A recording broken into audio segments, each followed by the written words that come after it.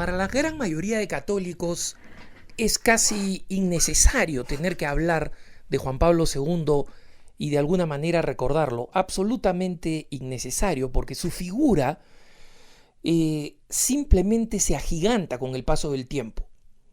Pero vale la pena hacer un recuento de este pontificado, porque hay que recordar que muchos de los jóvenes del milenio no se acuerdan de Juan Pablo II.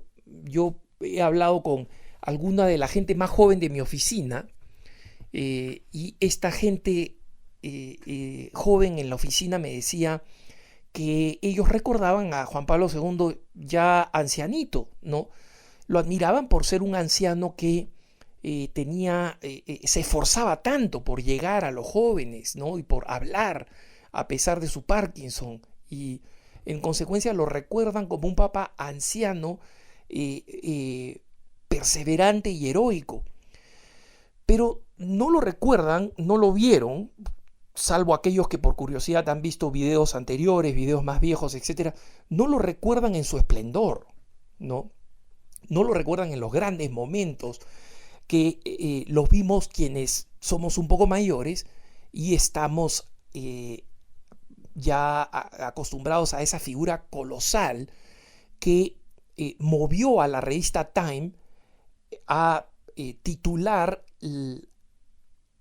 dedicarle una carátula, además de declararlo persona del año, dedicarle una carátula que decía Jean Paul Superstar, ¿no? Juan Pablo Superestrella, después de su primera visita a los Estados Unidos, cuando simplemente se trajo abajo al Yankee Stadium con el encuentro que tuvo ahí con la juventud, ¿no?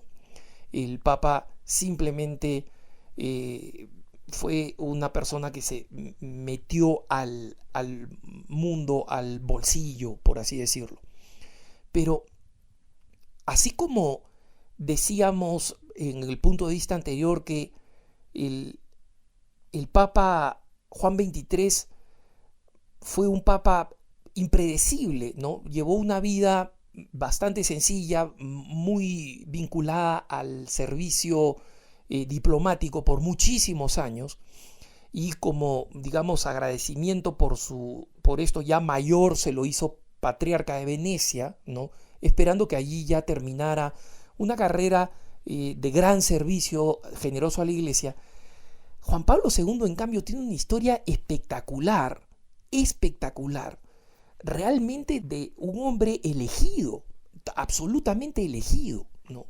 Criado en un hogar profundamente católico, en una Polonia invadida por Rusia, partida por Rusia, Alemania y Austria, él viviendo en la zona que estaba bajo el imperio austrohúngaro y en consecuencia más amigable a los católicos, porque los alemanes eran ferozmente protestantes anticatólicos, los rusos eran ferozmente ortodoxos anticatólicos, y en consecuencia la parte más benevolente era la parte de Polonia, sometida por el imperio austrohúngaro, que luego tiene que comenzar su sacerdocio a escondidas después de una muerte muy temprana de todos los miembros de su familia. Primero su madre, su padre, su hermano, médico, por una enfermedad dedicado a la medicina, y muy pronto, muy pronto, es un hombre solo,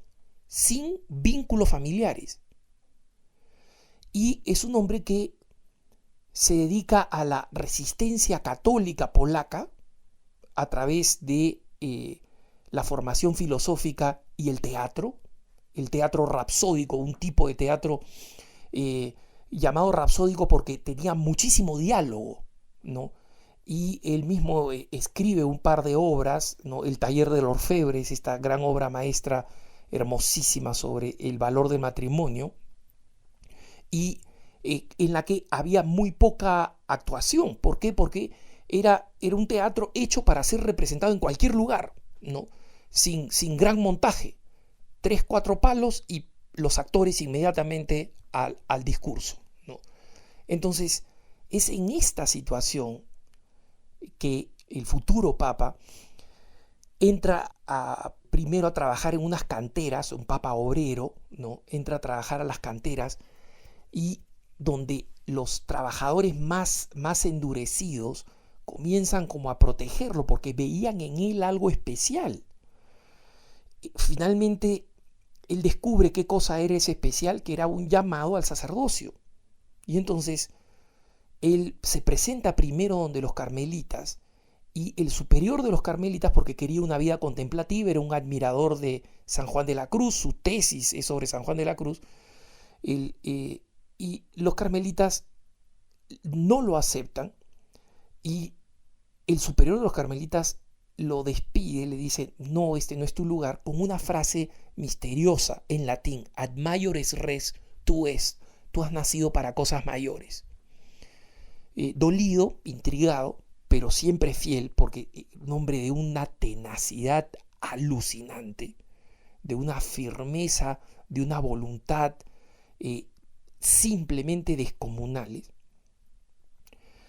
entra en el seminario ocultamente, se ordena de sacerdote a escondidas bajo el régimen nazi, celebra su primera misa a escondidas y muy pronto ve que la liberación de su país se convierte en realidad en una esclavitud peor que la invasión nazi bajo el gobierno comunista.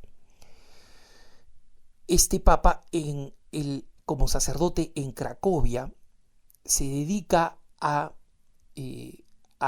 apostolado universitario y al apostolado con jóvenes, a los cuales atrae con actividades en el campo abierto. Un papa enormemente deportista, amaba esquiar, esquió hasta que era cardenal, y algunos dicen que, o sea, está confirmado que siendo papa se escapó a alguna de las alturas de los Abruzos a esquiar, porque recuerden que fue un papa escogido a los 50 y tantos años, o sea, todavía era joven, activo, ¿no? Y con mucha energía física, con un gran estado físico. Él forma una generación de intelectuales, especialmente en torno a la Universidad de Lublin, en lo que se conoce como el tomismo lublinense. Grandes filósofos católicos de Polonia han surgido a la sombra de esta escuela filosófica, pero también hace un gran apostolado con los jóvenes y con el discernimiento vocacional, especialmente para aquellos que iban al matrimonio, a la vocación matrimonial. Y esto es lo que lo lleva a escribir tratados muy importantes, especialmente Amor y Responsabilidad. Un libro que, según se registra históricamente, comenzó a circular enormemente entre los cardenales apenas murió Juan Pablo I. A este joven que se había mantenido en el ámbito sacerdotal, el gobierno comunista lo cree un joven, un sacerdote simpatizante o por lo menos no peleador contra el comunismo, ¿no?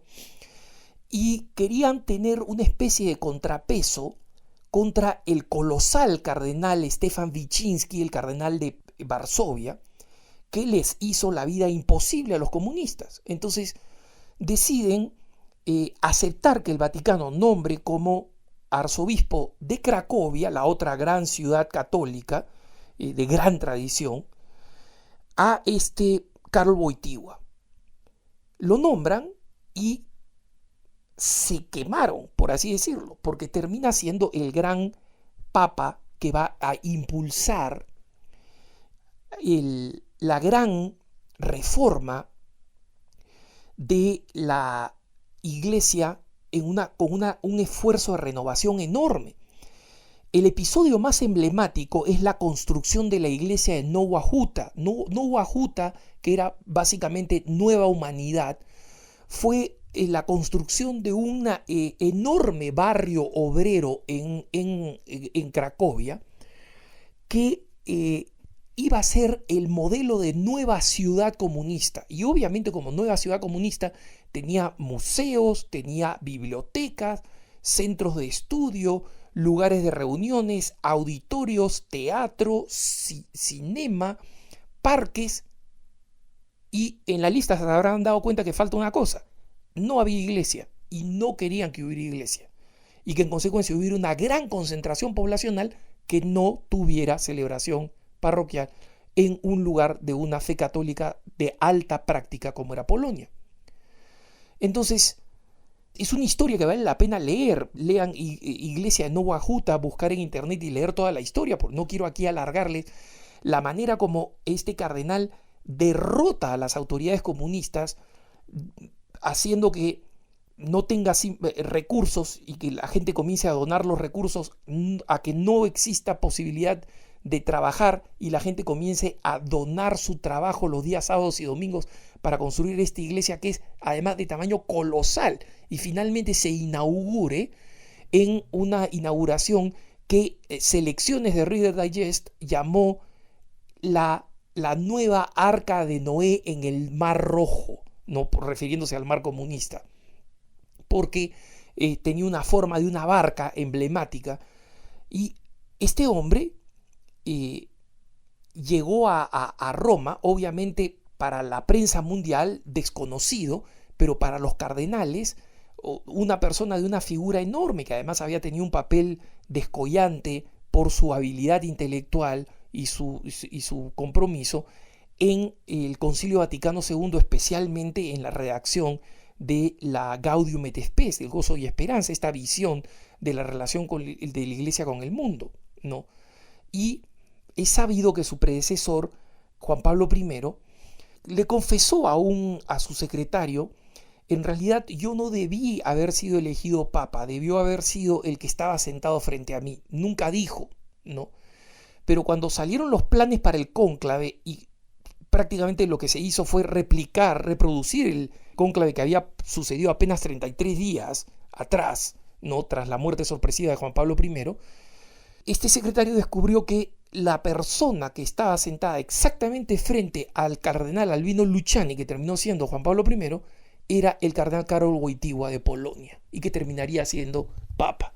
El resto es historia, pero este camino marcado por Dios de manera increíble, que fue preparando a este hombre para que fuera la figura colosal que se ha convertido en Juan Pablo el Grande, es algo que tenemos que recordar y que los jóvenes no deberían ignorar, porque el catolicismo vibrante que estamos viendo ahora, a pesar de todas las dificultades, es el catolicismo que nos trajo este papa inolvidable, Juan Pablo el Grande. Que tengas un buen día.